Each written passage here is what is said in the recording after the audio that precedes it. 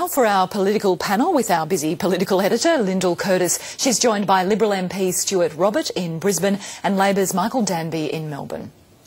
Michael Danby and Stuart Robert, welcome to News 24. Thanks, Lyndal. Thanks, Lyndal. Stuart, if I could start with you. You were in Japan when the quake happened, now almost famously stuck on a bullet train for a few hours.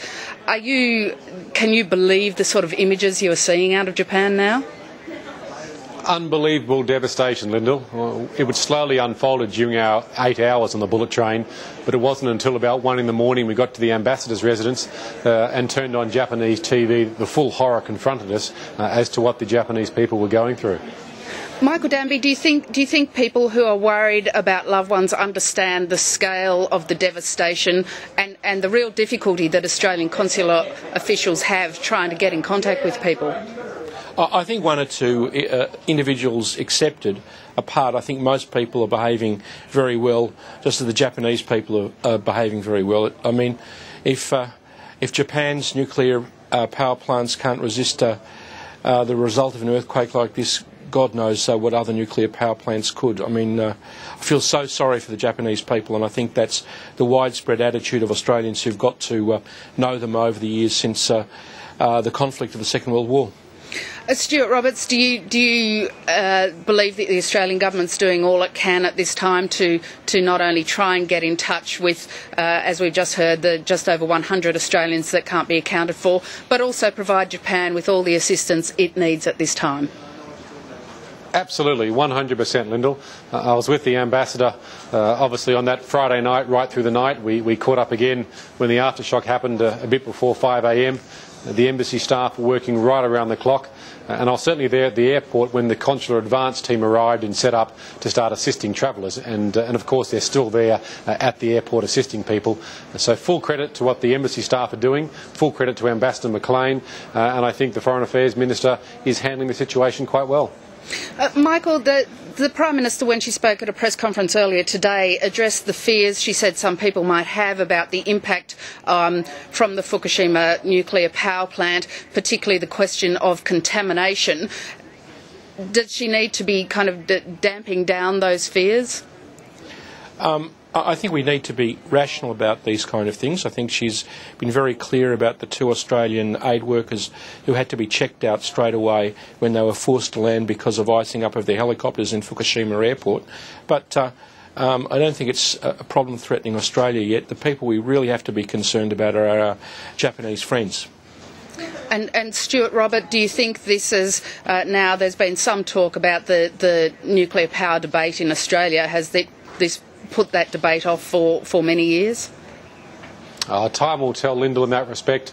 I think it's important we wait to see what the full effect of the Japanese nuclear issues are, and that will, I guess, better inform debate as we go forward. Going now to domestic matters, Michael Danby, the National Secretary of the ALP, Karl Bitar, has announced his resignation. Are you sad to see him go? Oh, well, Karl was a hard-working member of the New South Wales ALP, State Secretary, and we didn't have a good result at the last election, but there are a whole lot of factors that were the result of that. So it doesn't fall on Karl Bitar's shoulders alone. Do you think that someone from outside New South Wales should replace him? I think they will. I don't think that reflects necessarily on New South Wales. I mean, they're expecting a bad result up there in the state elections. Perhaps in the long run of history, New South Wales Labor history, it would probably have been better to lose the last state election, but you can't expect that of any political party. I think the Labor Party has a number of very good state operators, and we'll get one of them in at the national office. Stuart, the name being touted for a replacement for Karl Bitar is the Secretary of the Queensland branch. Do you think they would have some interesting knowledges of the challenges Labor faces in Queensland? Lyndal, I don't know either Mr Bitar or the potential replacement out of Queensland. I guess we'll just have to wait and see how it unfolds. I think the New South Wales election result will be fairly instructive as to where it all happens, though. There have been questions about the organisational wing of the Liberal Party as well, about Brian Loughnane's position. Do you think he is secure, Stuart? I know Brian very well. Ran an outstanding campaign in the last one in 2010, where we now have a minority government. The first time a first-term government has been reduced to such a position. It's fairly hard to look at someone like Brian Loughnane and not say he's delivered in stumps for the Conservative and Liberal traditions in the country. If I could ask you both, Michael, first, what role does the organisational head play? It's not always a public role, but behind the scenes, how important is it?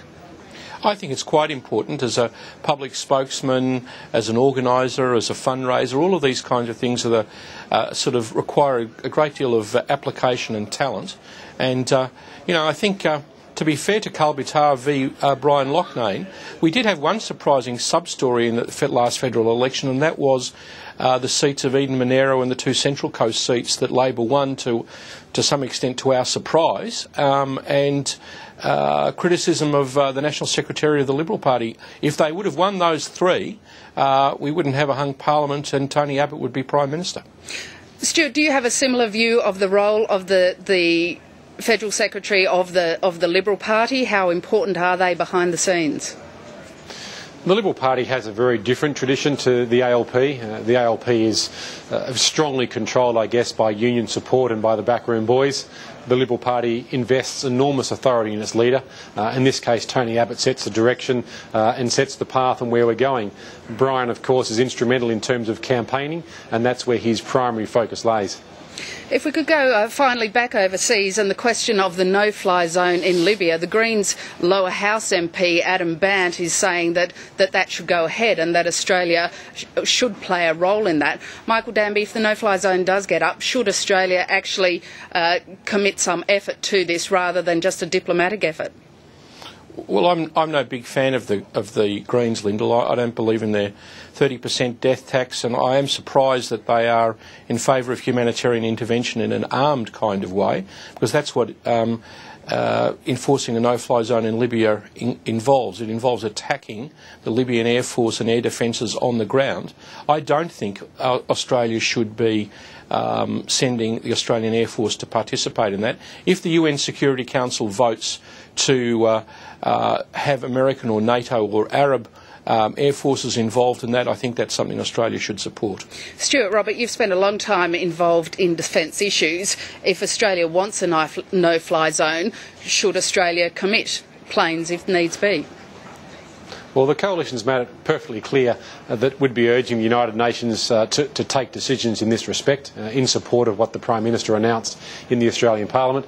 Although I find myself in support of Michael Danby, I'm absolutely flabbergasted that the Greens would actually want Australia to commit combat resources, combat fighters and perhaps ground troops into a conflict in North Africa, which is completely at odds with the Greens' stated position on where they see a military going.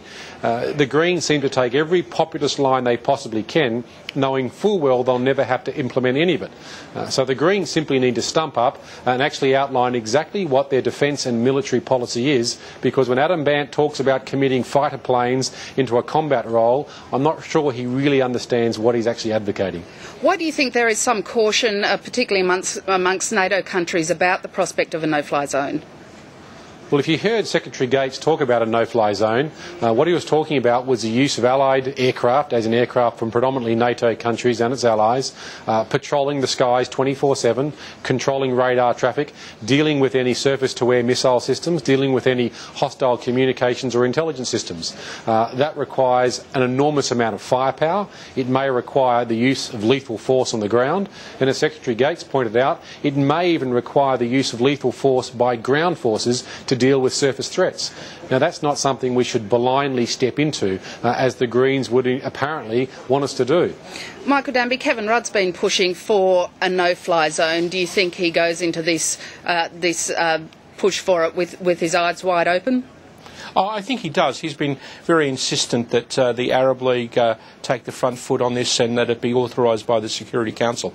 All of these things are very difficult steps. I mean, even if the Arab League does support it, our problem is that foreign intervention in an Arab state in North Africa, even if it seems to be on the side of justice to suppress this brute who's operated against his own people, Gaddafi, there'll be suspicion amongst people in Libya and elsewhere that we're doing it for our Western oil interests. Michael Danby and Stuart Robert, thank you very much for joining us today. Great pleasure, Lyndal. Thank you, Lyndal. And now to sport now with Claire Ayres.